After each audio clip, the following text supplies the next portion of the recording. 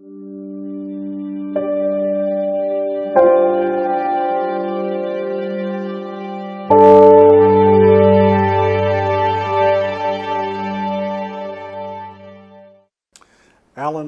Hoffman, born September 28th, 1946 in a place called Hartsville, South Carolina.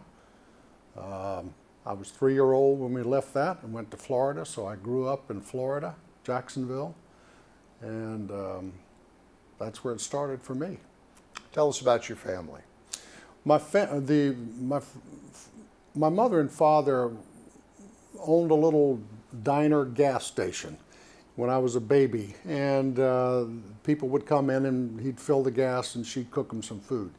And they were very poor. We were in rural South Carolina where there wasn't much money at the time. And so I would crawl around in the little deli. And one night there was a fire and the deli burned up, and of course there was no insurance. So they were just out of everything. They lost it all except me. They grabbed me and they grabbed some stuff and they left. And a little while later went to Jacksonville. My dad enrolled in radio school where you could repair radios and you learned to radio announce and that kind of thing. He had been in the Navy. He'd met my mom in Hartsville. She at the time was going to Meredith College. She'd done a year there, and they got married and started their life together.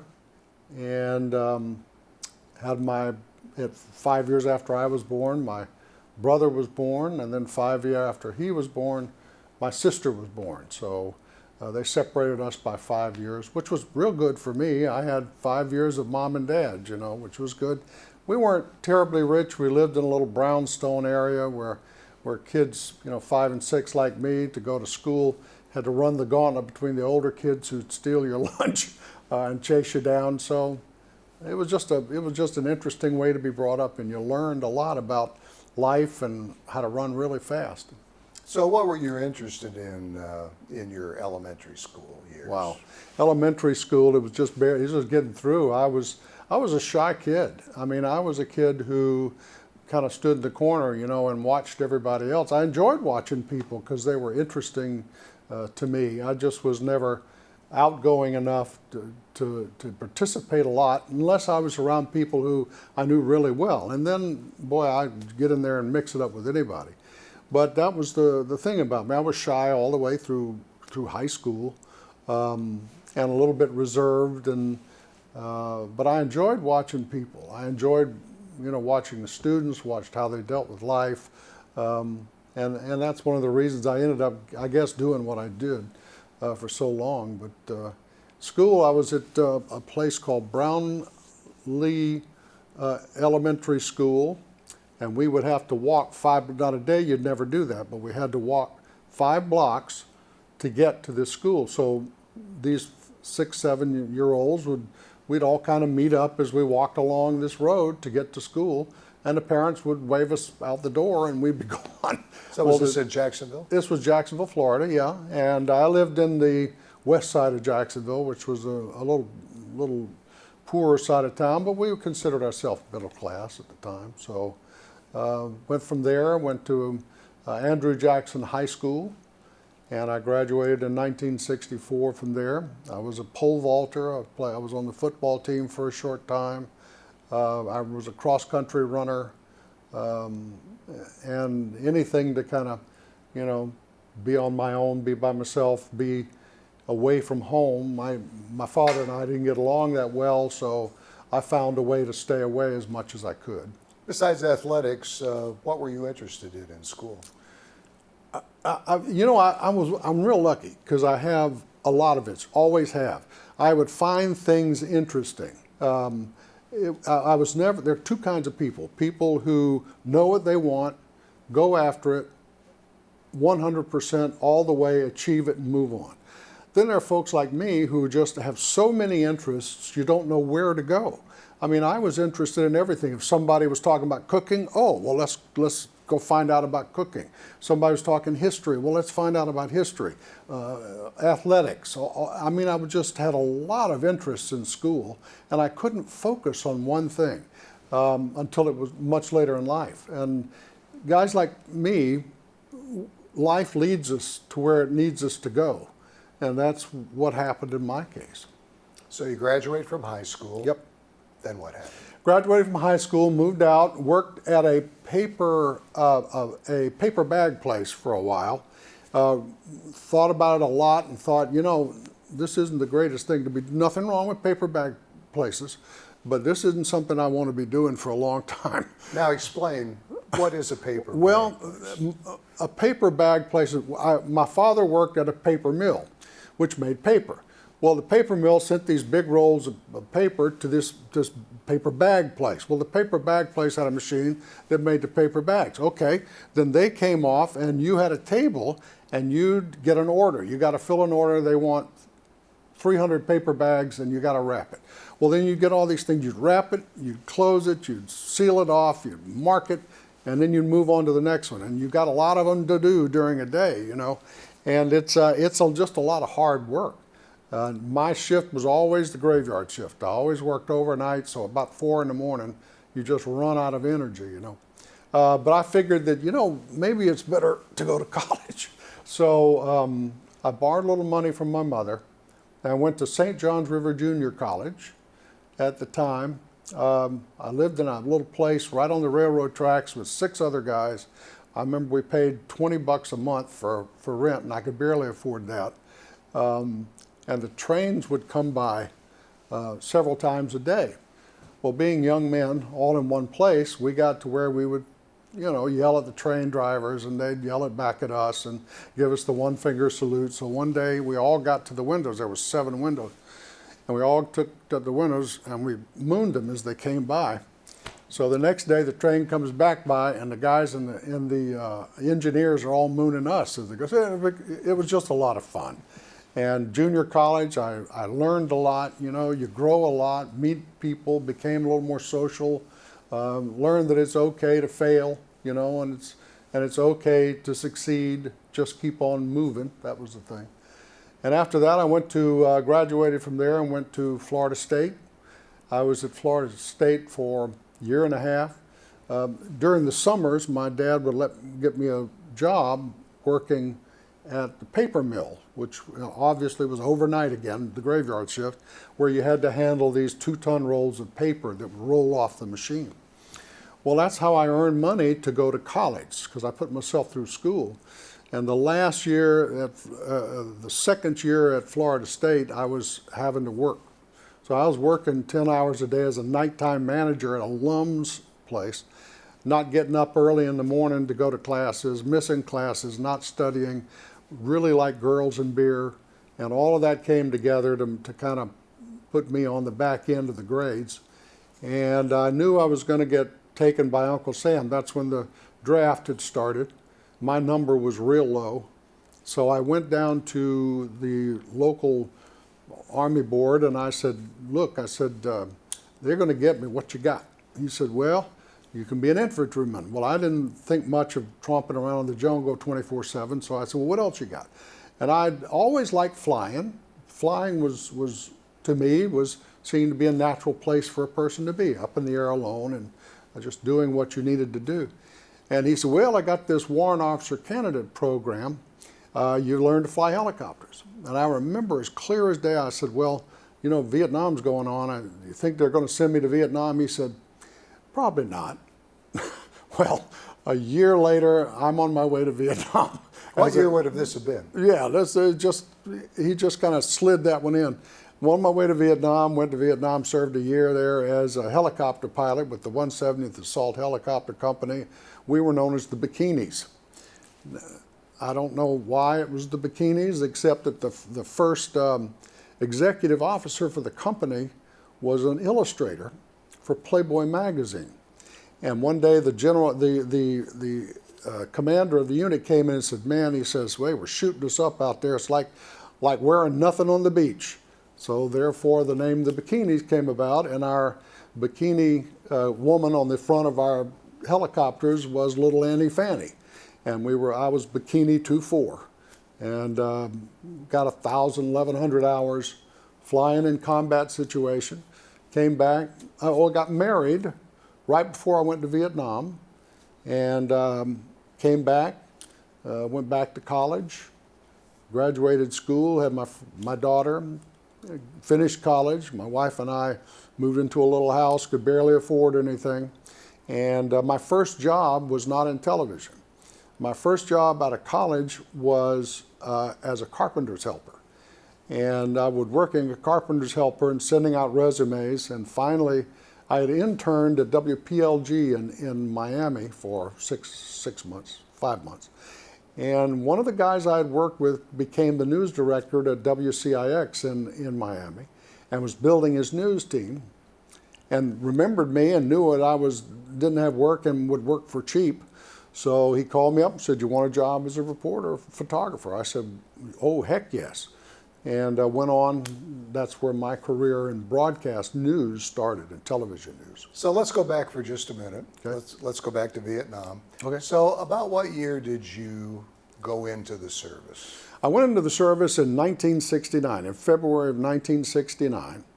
I called my wife from flight school. I was training at Fort Walters in Texas. Fort Walters is between Dallas and Fort Worth. And you learn to fly, just learn to fly, so that you don't crash the helicopter. On the night the men stepped on the moon, that's the night I proposed to my wife over the phone. I said, "Hey, what do you think about getting married?" She said, "Well, yeah, let's do it." So I went on to advanced flight school in Fort Rucker, Alabama, and graduated there. We got married 2 days after Christmas. I went back to finish up, got my bars and my wings, and like a month later, I was on my way to Vietnam. So we had a very short honeymoon, and then it was a year away in Vietnam. And that's really, Vietnam is where I turned the corner into doing what I did when I retired, into television news. I had a commanding officer, his name was George Crawford, and I was not as a warrant officer, your job was to fly. So I flew, that's what I did. But he wanted the warrant officers involved with other things so that they would stay out of trouble. We had a tendency to get in fights and drink a lot and that kind of stuff. So he gave me a job, and my first job, he fired me from it because I was papers burning officer, where you stood in this little enclosure, you burned papers that might be sensitive, and he fired me because I was growing marijuana in the little thing, or I was letting it grow. I wasn't growing it. It was just there, and I let it grow. So he fired me. I went to his office the next morning. He said, "Look," he said, "I know you. I've seen you around. You do a lot of good with these guys. You watch them. You tell their stories. So I want you to be our liaison with Stars and Stripes magazine. And I want you to write a story every 2 weeks, one a week, every 2 weeks, about somebody in this unit." And then he made me awards and decorations officer as well. Well, these guys were doing some amazing stuff. And I really got to where I enjoyed writing up their exploits, their stories, how they handled life in a war zone. And it became something that I really, really enjoyed doing. And when I got out, I changed my major from psychology to journalism.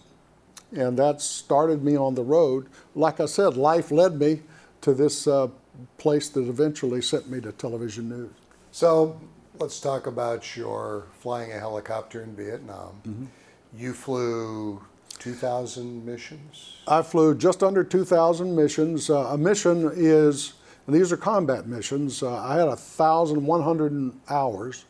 Now you can get 3 or 4 missions in an hour, because the area you worked in, you may go in, put troops in there under fire, take the wounded out under fire at another place, bring ammo in at a third place, and all this within 45 minutes.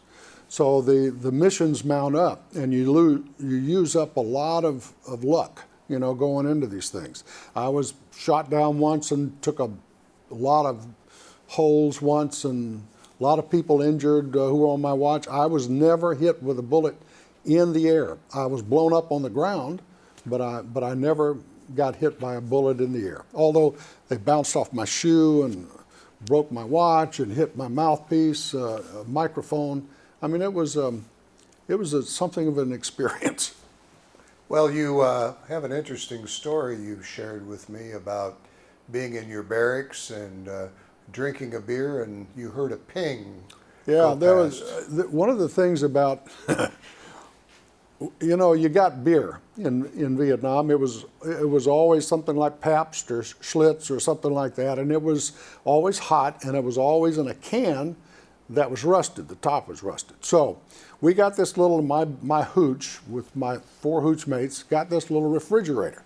Now explain to people what a hooch A hooch is where you stay. It's something you make. It's not a tent. It's got a roof and it's got a floor, but you have to make the rest of it. So it's all made of sandbags and wood you can scrounge and those kinds of things.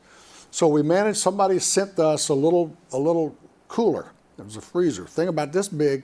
You plugged it in, you stuck a beer in there, and the beer had to stay in there for 45 minutes. We had a rule, 45 minutes. So stuck the beer in, and one of us would stand there at the thing for 45 minutes with our handgun so that nobody would steal our beer. So it was my turn to stand there with a handgun. It was almost ready, man. I opened the door, and I'm looking at the beer going, this is going to be so good. And as I stood up, I heard this big ching, and something fell at my feet. And I looked down, and it was just a piece of metal. I said, well, I wonder what that was. And I heard another ching, and I realized a sniper was shooting at me through the door. So I hit the ground, of course, knocked over the freezer, knocked the beer out onto the ground, lost the beer, and I stood up and I shot him a bird.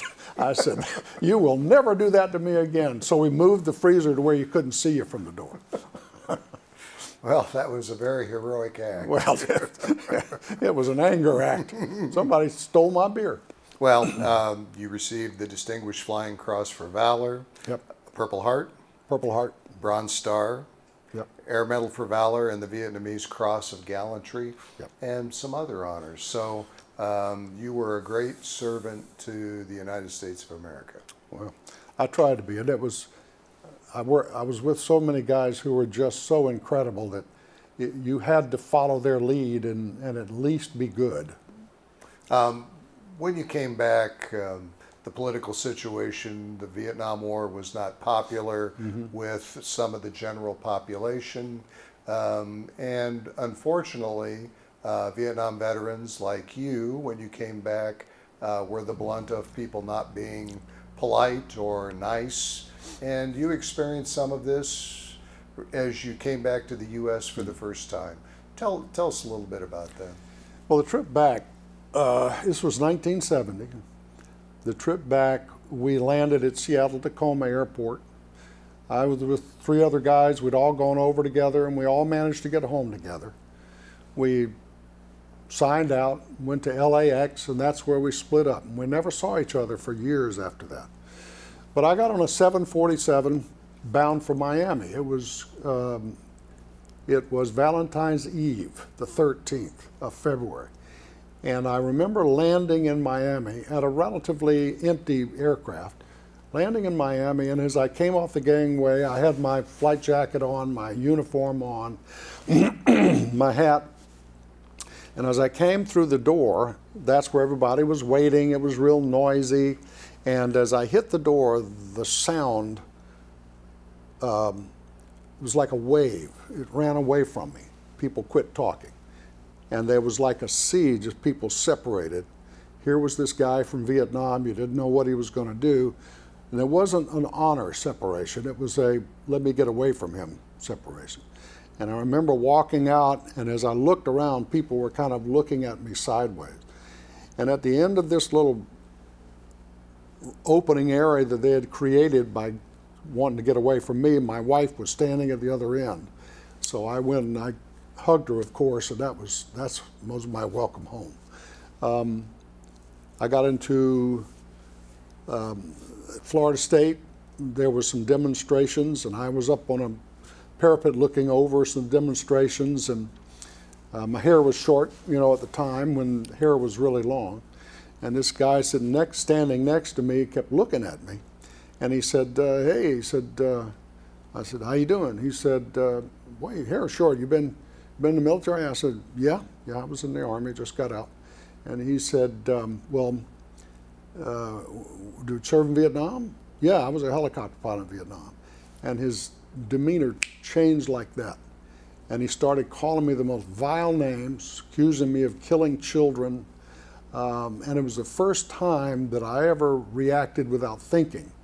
I wheeled around and I popped him in the face, and he went down on his back, and I stood over him and I said, I couldn't think of anything else to say, so I just said, "Show respect."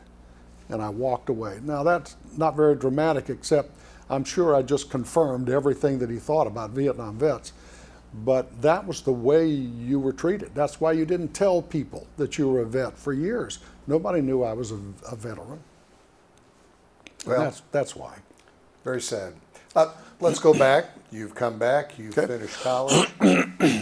You started at your first station as a journalist. Tell us a little bit about that first job and some of the things you did. I got a call from a guy who I had met when I was interning at WPLG in Miami. He was reworking a staff at WCIX in Miami, and he wanted to know if I would have the job. Well, since I was a carpenter's helper, I said, "Oh, heck yes, I want the job." And it was a combined job. You were a photographer and a reporter, and whatever else they needed you to do. So I started there at WCIX in 1975, I guess, and I learned the trade. I mean, it was a high stress way to learn your trade, to learn how big cities do things. But I loved every minute of it. Really made some great friends, people who I know to this day. So it was a great place to learn how to succeed, to learn what honor in broadcasting was, to learn what fairness meant, to learn what even-handed reporting meant, to learn how to get out there and get in somebody's face and ask a question, even though they don't want you to. Sometimes you have to. So it was a great learning experience for me, and that's where I had my first weekend anchor job. And then they moved me up to primary anchor with another man named Larry Klaus. I mean, for 7 years I was there, a little over 7 years. And finally I felt that I needed to go into management because that's where longevity was, I guess.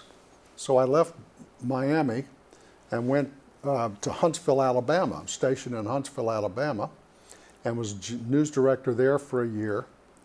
Left there and went to KATC in Lafayette, Louisiana as the primary anchor. I was there for a little over 3 years, and went to WLOS in Asheville, North Carolina. Was there for a little over a year, and then came to WNCT here in Eastern North Carolina and was here 27 years. So over the 42 years of my broadcasting experience, I was at like 6, 7 stations. And I did radio too. So. Let's talk about 1985. You're hired at WNCT in Greenville, North Carolina. Right. What job were you hired for? I was hired as primary anchor. I came here in January of '85, and I remember rolling through Greenville, rolling through Eastern North Carolina. It was much more rural than it is today, and it was winter. Everything was brown. My wife looked at me and says, "Are you sure about this?" I said, "Yeah, I'm pretty sure." She said, "Okay," and off we went. Who hired you? Roy Hardy was the news director at the time. Now, Roy Hardy was he was an icon for news here in Eastern North Carolina. He had worked at all 3 stations plus the Daily Reflector. He had a mind that was just amazing. He could remember numbers and names and details better than anybody I'd ever met. He just had a newsman's approach to things, an old gristly kind of news guy's approach to things. He knew a story when he saw it. He knew how to get details. Very often he would tell us to go do a story about something that wasn't that old. It just happened. And then he'd say, "Okay, here's what you need to know." And he'd tell us all about the story. And I'd say, "How did you find it?" He says, "I just know." And I don't know how he did it, but he had his finger on the pulse of Eastern North Carolina like nobody that I'd ever seen. 1985, you started as the primary anchor Right. at WNCT. Did you have a co-anchor? Who else was on the set? At the time, I had my co-anchor was a young woman named Huff, who went on to marry a senator in Boston, and she was on a Boston TV station. And of course, I've had a lot of co-anchors over the years. She was the first. Julie Humphreys was after that, and a number of others. I mean, I've had a lot of really talented folks to work with. Who did weather?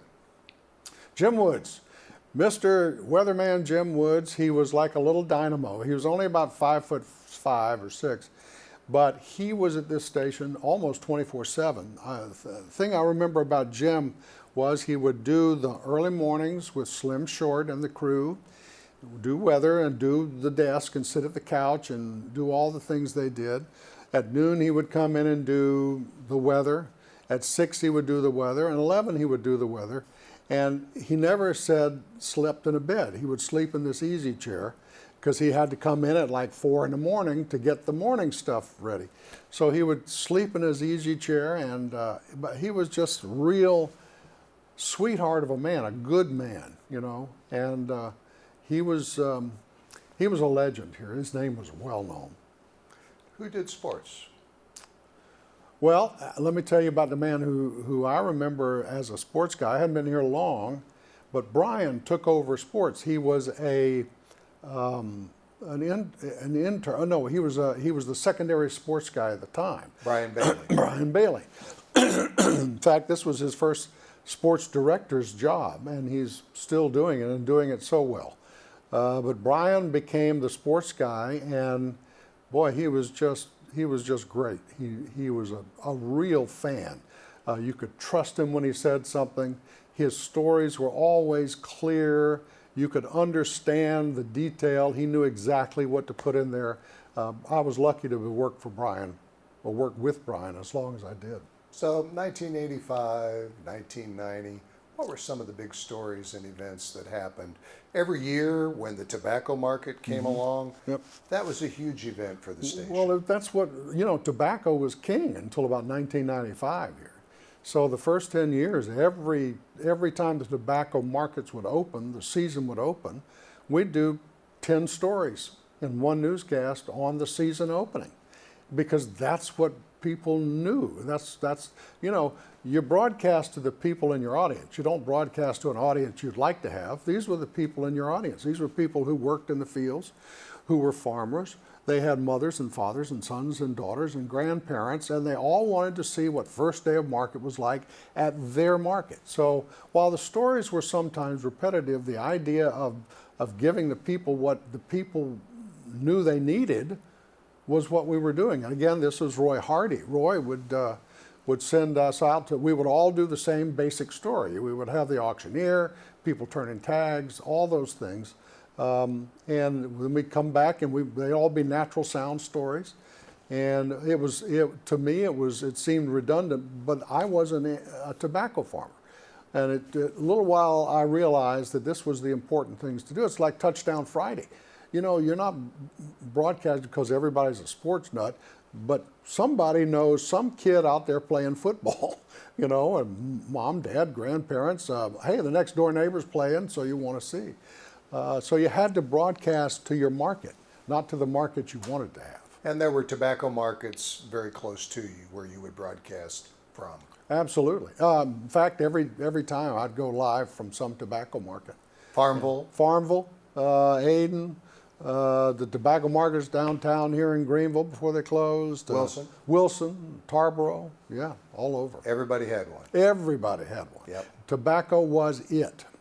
So besides the tobacco markets, what were some of the other big stories about that you covered? East Carolina University was a dominant force here. Absolutely. East Carolina was, in fact, the focal point of what we were doing here, because it was such an influence on the community. And it's grown tremendously since then. Of course, the hospital and it was Vidant, and now it's ECU, I think. but it has grown tremendously, and all of those things had to be covered. One of the things that I was able to do here, they've had a very active testing programs here. So I got to do a lot of stories about things that were good for vets. For instance, traumatic brain injury, what they're doing for that, loss of balance, how to teach them to take care of PTSD afterwards, and how to help them get to the point where maybe PTSD wouldn't hurt them so bad before they went. I did a lot of stories like that, plus stories on the amazing things that the kids do after they graduate. We have a lot of businesses here run by ECU graduates who have done incredible things. So during your time on the anchor desk, who was some of the most famous people that came through the station that you were able to interview? Of course, all the governors, up to this current governor. I've interviewed about every president you can interview up through Clinton. I remember Jimmy Carter in Miami. Before he became Jimmy Carter, I was in Miami as a reporter, and I had to cover this agriculture thing that was going on in downtown Miami. Well, it was a pretty big thing for farming, and they had a lot of people speaking, but it was kind of, like a bone. It was very dry. So I said, well, I met this guy. I said, well, what do you do? He said, well, I'm from Georgia. I'm a peanut grower, and I'm governor in Georgia. So I talked to him a little bit, and I said, well, let's do a story about peanuts. So I'm sitting there with this guy doing this story about peanuts, and then he has his little speech that he does before the group. And Monday morning, right after I'd talked to this guy now, I hear him announce he's running for president of the United States. And I called him up, and he remembered me. I said, Jimmy, I said, why didn't you tell me that 2 days ago? I could have broken that. But no, he said, well, I just couldn't. So Jimmy became president of the United States. I talked to him once after that. I talked to President Ford when he came down here. We were lucky to deal with these people and be able to see them. We've talked to some pretty bad people too. I mean, we've interviewed. I like to say we interview kings and we interview murderers too. So. You were a very strong CBS affiliate at WNCT during your tenure, and that attracted a lot of attention from CBS corporate. You had a lot of distinguished visitors and personalities, but you covered a lot of important stories. Let's talk about the flood of the century. Flood of the century. When you talk about CBS, I got to know, here's an interesting story. The anchor, Dan Rather, and I got to know each other, but as it turns out, Dan Rather and I knew each other before we ever met at CBS News.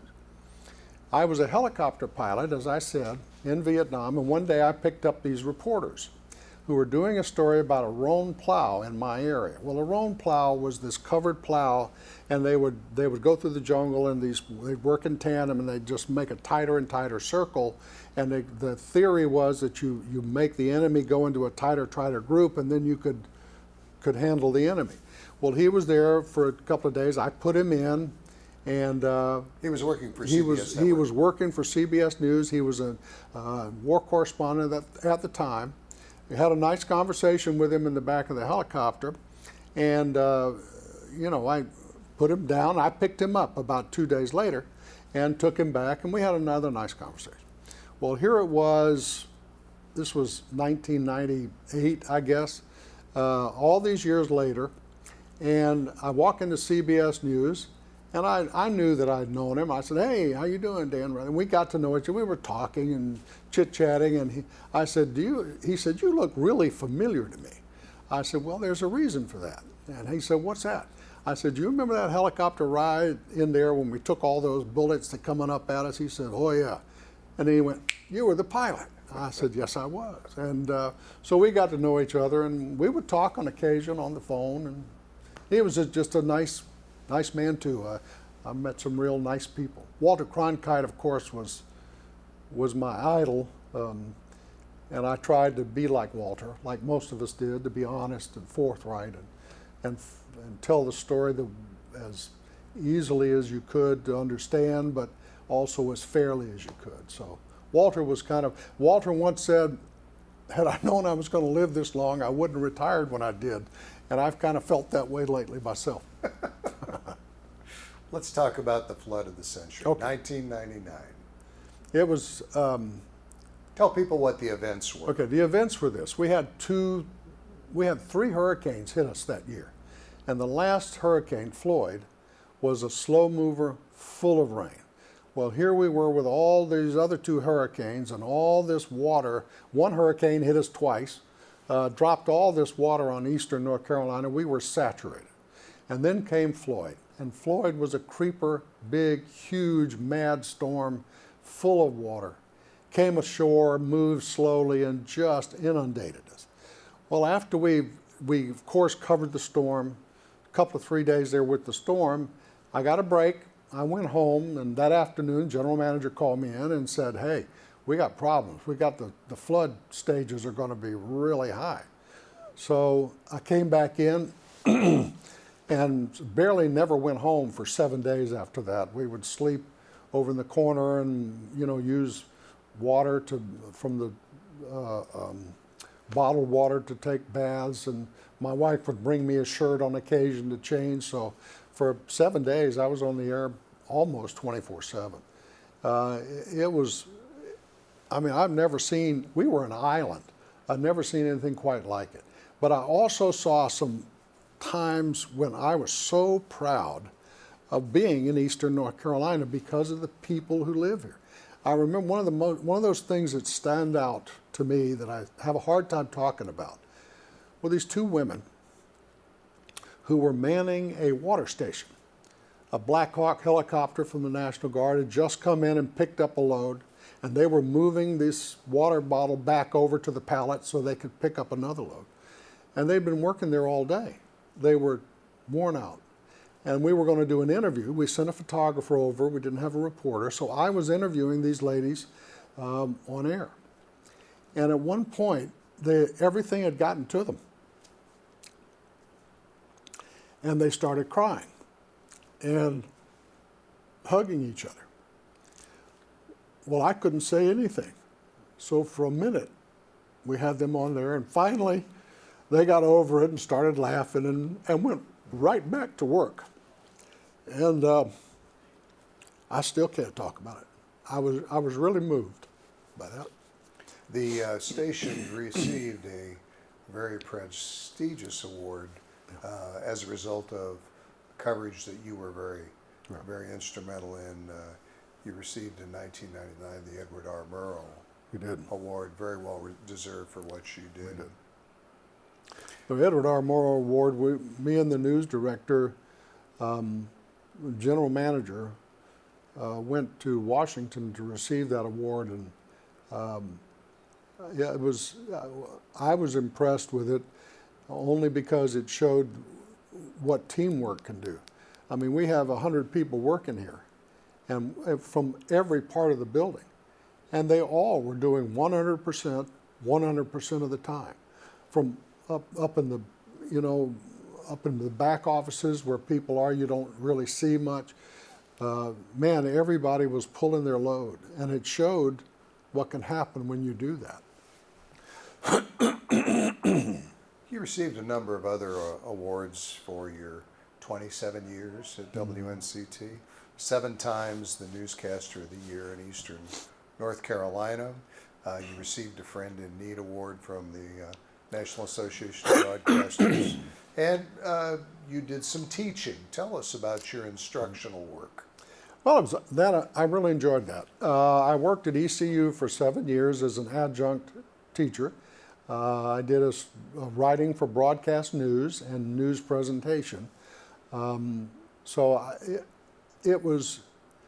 Teaching is one of those professions where you look for the spark, and you can look at a group of young people and you can see that moment of understanding where the light goes on and they go, oh, yeah, I get it. And that's what a teacher teaches for. I was lucky enough to teach, actually, the head of the baseball team He was a student of mine at one point, and I still kid him today. He was a heck of a nice man and has done a wonderful job at ECU. And some of my kids have gone on to be Chicago, out in LA, other places. Some found out they didn't want to do that for a living. But I've been very proud of that over those 7 years. I enjoyed doing it, and I wouldn't trade that for anything.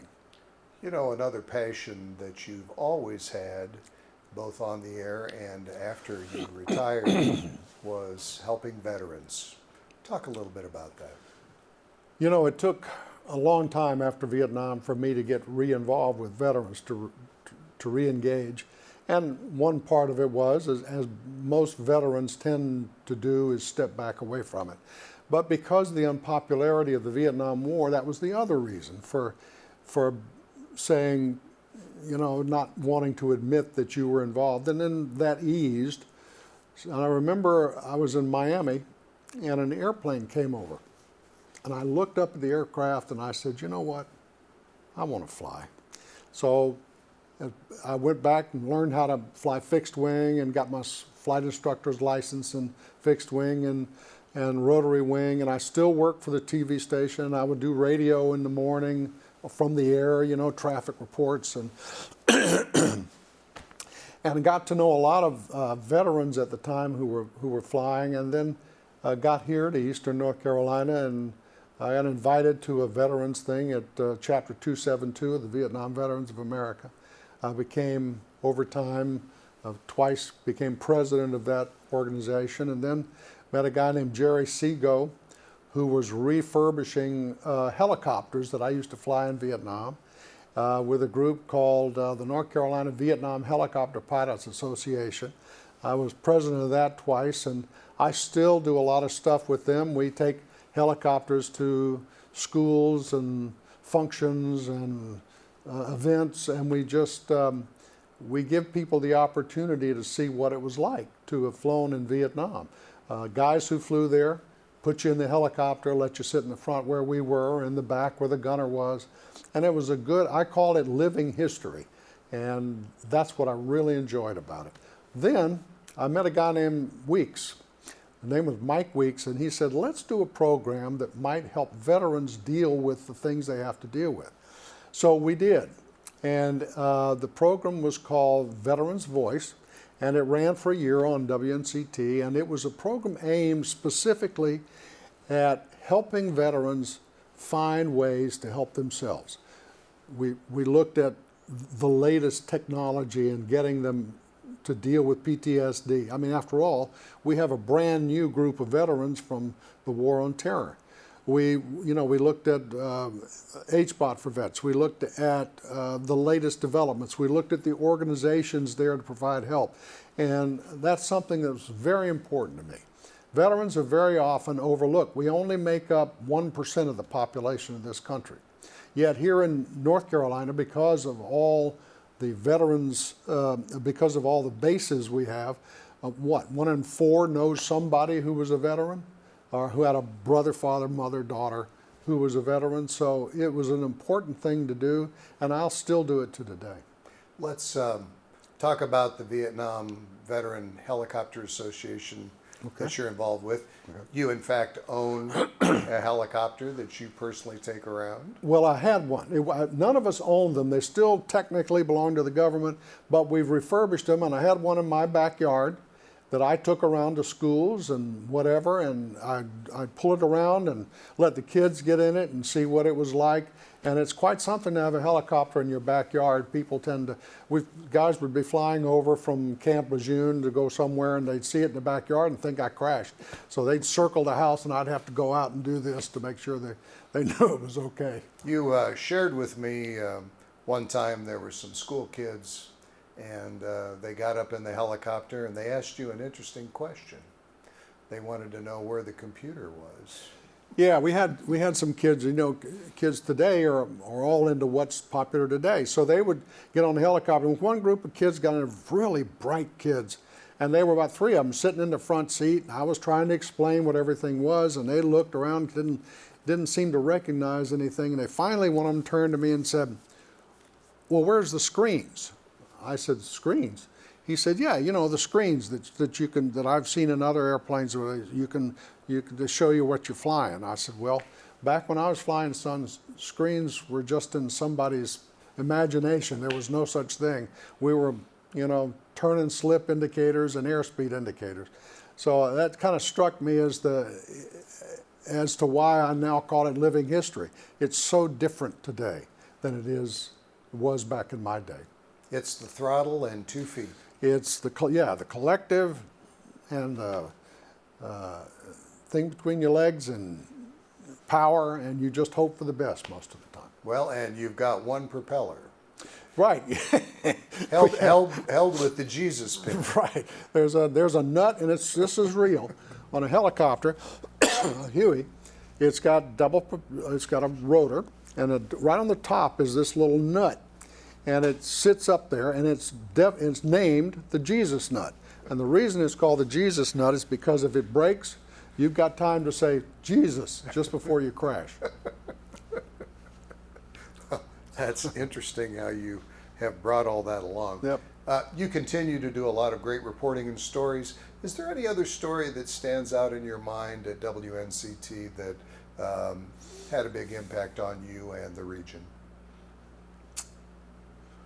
Wow, there were so many. So many. I guess the shuttle disaster was one of I was sitting at home, and like everybody, it was in the morning. The aircraft took off, and like everybody else, I was into flying, so I had it on. I was watching it, and I wasn't supposed to be in until about 2, and this was 10 o'clock in the morning. And I watched it as it went up, and it exploded. And I was like everybody else. I just looked at the TV going, well, that doesn't look right, you know? Wonder what that's about. And I kept hoping to see it continue on. I thought, well, maybe it's just the angle. And then I realized that something bad had happened. So I started getting ready, and I got to work. And we realized that there were North Carolinians on board the aircraft. And it was the next couple of weeks we would spend time down where they were from and talking to their parents. And that had a big impact on me. Of course, 9/11, like it did on everybody, I was at home again watching the jets fly into the towers, and they called me in. And I remember the morning anchor at the time, she was in a corner crying. And she says, is this the end of the world? And I took her by the arm and I shook her and said, you're doing news now. Do the news. It's not the end of the world. And she kind of came around, and she got out of the business after that. Yeah, but I remember that was one of those mornings where you just couldn't believe that somebody would attack us like that. 1985, you decided to retire. 2012. I'm sorry, 2012. 2012. I decided to retire in 2012 on my birthday, September the 28th, and my wife retired the same day. Really? Yeah, that had been 42 years of broadcast news, TV broadcast news. I've been here 27, and I felt it was probably, I wanted to do, I've been incredibly lucky. I mean, I had a career that was 42 years long. I've done what, in my flying and in broadcasting, something that less than 1% of the population do. It's very rare. And I managed to get through it all and retire with honor. And that's what was important to me, getting out when I felt it was right, and to do it with honor and with good feelings from the people who I was leaving. Now, as it turns out, it was a good decision for me. It gave the station an opportunity to move on to Mr. Watlington, who I just think is wonderful. So I made the right decision. I may have made it a little early, but I made the right decision. Behind every great man is a great woman. Oh, Barbara, my wife, her name, Barbara Collier was her name. I met her when I was working at Lum's in Tallahassee before, when I was in Florida. And for people that don't know, Lum's was a restaurant. It was a restaurant where you ate hot dogs cooked in beer. But it was a fun place to work. But she and some girlfriends came in, taking a break. She was getting her nursing degree, taking a break, And I remember looking at this little girl in this blue dress thinking, wow, you know. So me and the guy who was working with me on the night shift, we went over and we introduced ourselves. And over our discussions there, I told her I was Dustin Hoffman's cousin because I looked like him. And this other guy was tall, and he says he was Steve McQueen's distant cousin. So we conned our way into letting us take him on a date.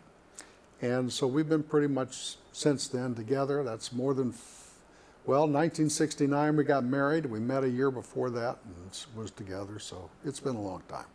And I couldn't trade a single thing. This woman is my life, and without her, I would not have survived. And you have a couple of children and 4 grandchildren. I've got a daughter, Marlo, who... named after Marlo Thomas. Yes, we were looking through the things, and Marlo Thomas had a show on TV at the time. And Danny Thomas's daughter. And we said, Marlo, that's a great name. We'll name her Marlo. So we named her Marlo, and years later, 30 years later, Marlo Thomas came here to Greenville to talk to a group. And so I interviewed her, and I introduced her to my daughter. I said, Marlo, I'd like you to meet Marlo. She's named after you. And they had a nice long conversation.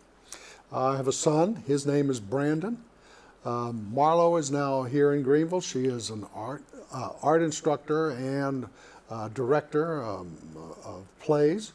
My son Brandon, he is over near Raleigh. He is with Cisco Corporation of Technology. He was actually a certified award-winning chef for a while. He went to the CIA in Poughkeepsie and worked in restaurants for several years and as an executive chef.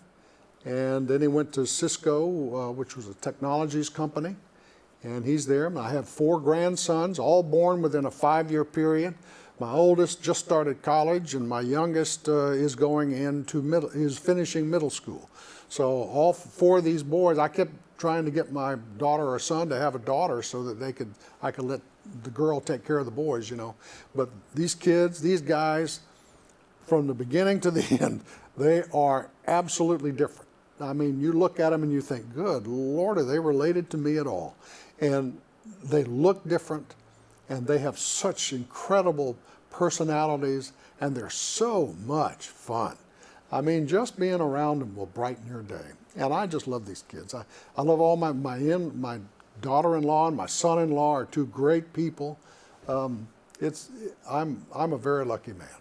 I want you to tell us about one other thing, and this kind of is an extension of your journalism. You had mentioned that in the service you had written for Stars and Stripes magazine. Mm-hmm. You had done weekly or monthly stories about incredible individuals in Vietnam.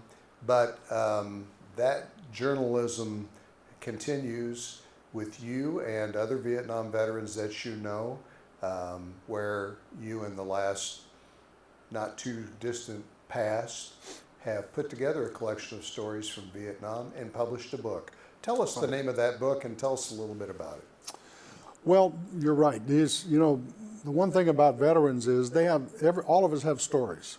Every person has a story. But veteran stories are very different. And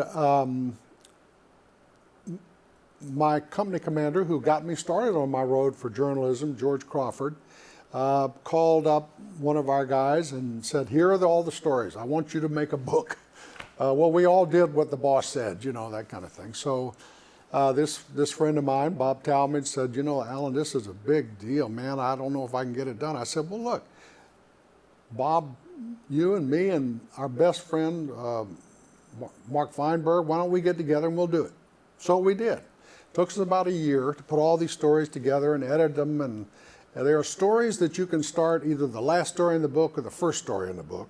So we decided to put all these stories together under our under our commanding officer's discretion, and we call it Common Men, Uncommon Bravery. So these are all individual stories. Yes. Written by Vietnam veterans. Written by the veterans themselves. And each story is about something that happened to them in Vietnam. Every one of them. And they're written by the veteran themselves. So they're written in their language. We cleaned up, a little bit, just so there were, little things, but it was about the events that happened to them. Some of them are fun stories, just as funny as they can be. Others are very serious about some of the things that happen. But you can read it from the first story or start at the last story and work either way, or go in the middle, and you won't miss anything. The stories stand alone, and they're short stories, but they're important stories for people to read. Common Men, Uncommon Bravery is the And name. if people want to get a copy of that, what do they need to do? All they have to do is go on Amazon, put in Common Men, Uncommon Bravery. It's cost $19.70. That was when we were there. So that's how much we charged for it in 1970. We make no money off of it. Anything that is made from Amazon goes into a fund that goes to the men. Well, I think that's a wonderful vocation. What, you're mentally just as astute as you've always been, and still very active. What's the next challenge ahead for Allan Hoffman?